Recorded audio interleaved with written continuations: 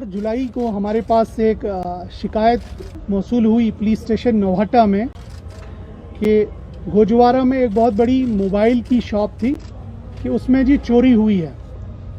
तो शिकायत में ये बताया गया कि 3 और 4 की दरमियानी रात में कुछ लोग, कुछ चोर या चोरों का गिरोह आके उन्होंने दुकान का जो मेन एक लोहे का शटर है उसको तोड़ा हुआ है, काटा है, और उसके बाद काफ़ी सारे मोबाइल जो हैं वो चोरी हो गए हैं। जिस बिना पर पुलिस स्टेशन नौहट्टा में FIR नंबर 33 2020 का जो है रजिस्टर किया जाता है और तफ्तीश शुरू की जाती है।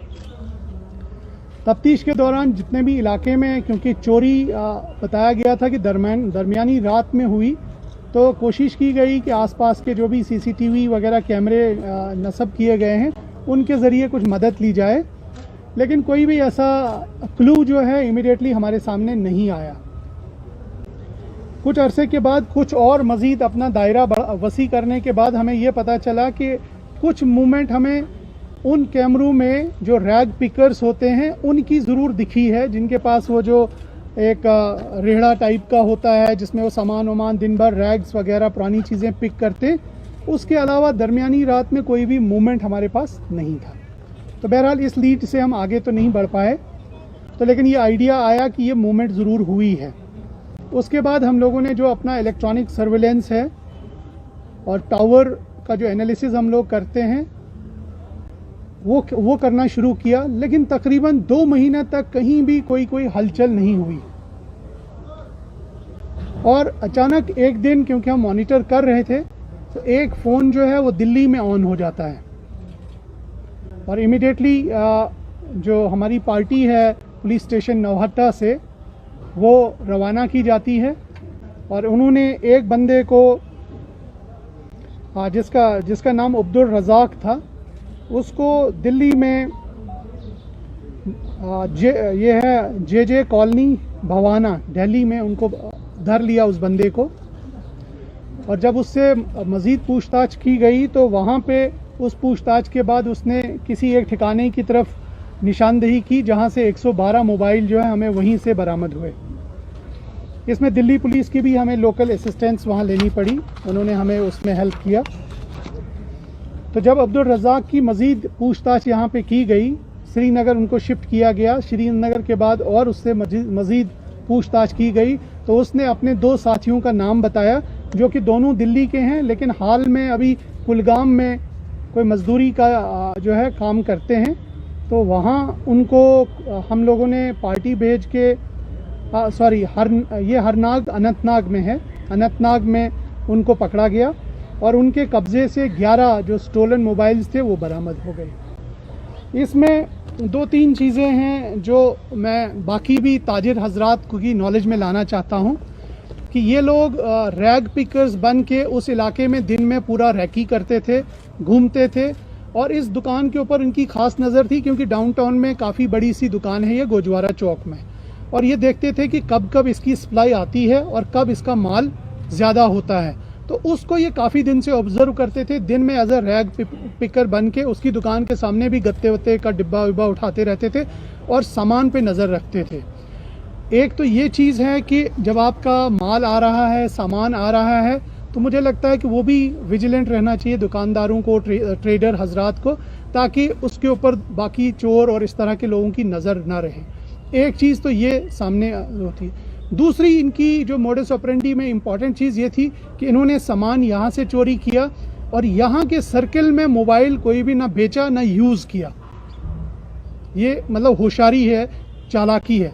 अदरवाइज़ अगर ये यहाँ पे मोबाइल बेचते या यूज़ करते तो शायद किसी हमारी जो डिजिटल सर्विलेंस है, इलेक्ट्रॉनिक सर्विलेंस में वो पकड़ में आ जाता। इन्होंने 2 महीने तक कोई भी मोबाइल ना यहाँ बेचा और ना ही उसको यूज़ किया, और यहाँ से बाहर बैरून रियासत ले जाके वहाँ पे मोबाइल बेचा और ये समझ लिया कि शायद ये नॉर्थ सर्कल से बाहर है तो वहाँ पे किसी पकड़ में नहीं आएंगे।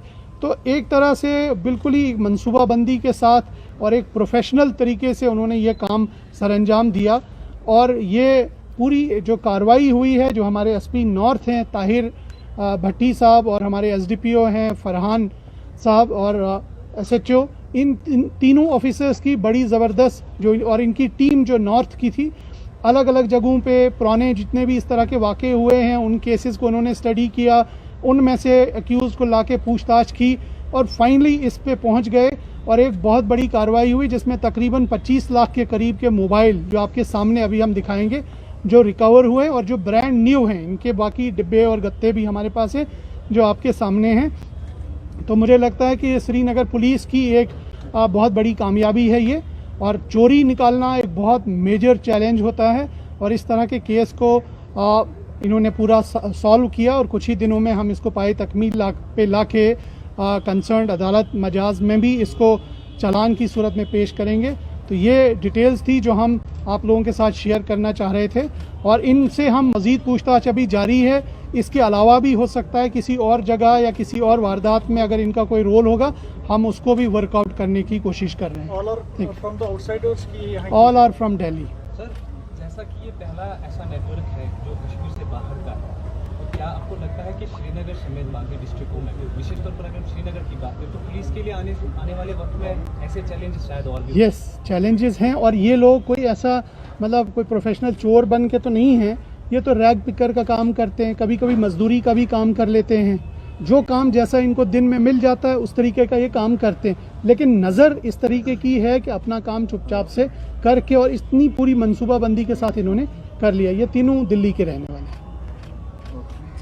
सर, एक और सवाल है। रिसेंटली यहाँ पे शादी में कुछ पटाखों की आवाज़ के बाद एफआईआर हुआ है, सर वो उस पर थोड़ा सा देखिए, अभी इससे हट के वो बात है, जब से यहाँ पे हालात थोड़े से ख़राब पिछले साल से हुए थे, ठीक है, तब यहाँ पे डिस्ट्रिक्ट मैजिस्ट्रेट का एक ऑर्डर जो है वो जारी हुआ था 144 हम बोलते हैं अंडर सेक्शन 144 CRPC। उसके तहत जो हमारे पास ऑर्डर इशू हुआ, उस ऑर्डर का क्या होता है कि श्रीनगर शहर क्योंकि एक हसास शहर है, एक सेंसिटिव शहर है और बहुत सारी वाइटल इंस्टॉलेशन है और सिक्योरिटी डिप्लॉयमेंट है, यहाँ आप पटाखे शादी में इस्तेमाल नहीं कर सकते। तो उस पे पूरी पब्लिक को ये ऑर्डर दिया गया कि भाई आप पटाखा या क्रैकर या ऐसी चीज़ जिससे बाकी सिक्योरिटी थोड़ा सा मुतारिक हो जाए वैसी चीज़ आपने नहीं करनी है, ठीक है। तो उसका पूरा ऑर्डर है और जो पर्चा लगा है दैट इज़ इन वायलेशन, 188 के तहत पर्चा लगा है, that means violation of an order, DM's order. बात खत्म, सिंपल। काउंट है कितने लोगों पर एफआईआर लगा? नहीं, अब तो जाहिर सी बात है, अगर शादी आपके घर में थी तो FIR तो हम आप ही को अभी देंगे, चाहे पटाखे 10 लोग चला रहे हैं। We have identified the actual house की जहाँ पे शादी थी, जहाँ पटाखे चलाए जाए। देखिए, वहाँ से 50 ही गज दूर पूरा हफ्त चिनार आर्मी बेस है, ठीक है ना। उसके बाद यहाँ हमारा ऑफिस है, सेक्रेटरीट है, सब चीज़।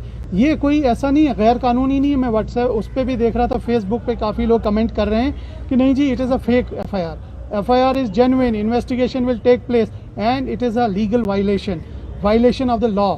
जो एक नोटिफिकेशन है डिस्ट्रिक्ट श्रीनगर में, कोई भी इस तरह का वो नहीं कर सकता है, ठीक है। इससे साथ एक और चीज़ बताऊंगा आपके थ्रू, मैं ये बात पब्लिक तक पहुंचाना चाहता हूँ। सिमिलरली हमारे पास ये भी नोटिस है कि अगर आप अपना घर, मकान, कोई गाड़ी किराए पे किसी को देते हैं तो टेनेंट वेरिफिकेशन आपके लिए मैंडेटरी है।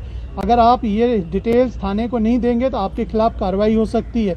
इसलिए अगर आप अपना घर, मकान, गाड़ी, कोई भी चीज़ किराए पे किसी भी आदमी को देते हैं या अपने पास रखते हैं, उसका पूरा डिटेल थाने में देना मैंडेटरी है। उसके लिए भी सेम ऑर्डर अंडर 144 है। जो नहीं देगा तो कल को हम मकान मालिक को पकड़ सकते हैं कि आपके यहाँ 3 किराएदार थे और आपने किसी का भी डिटेल थाने के साथ शेयर नहीं किया। Purely legal.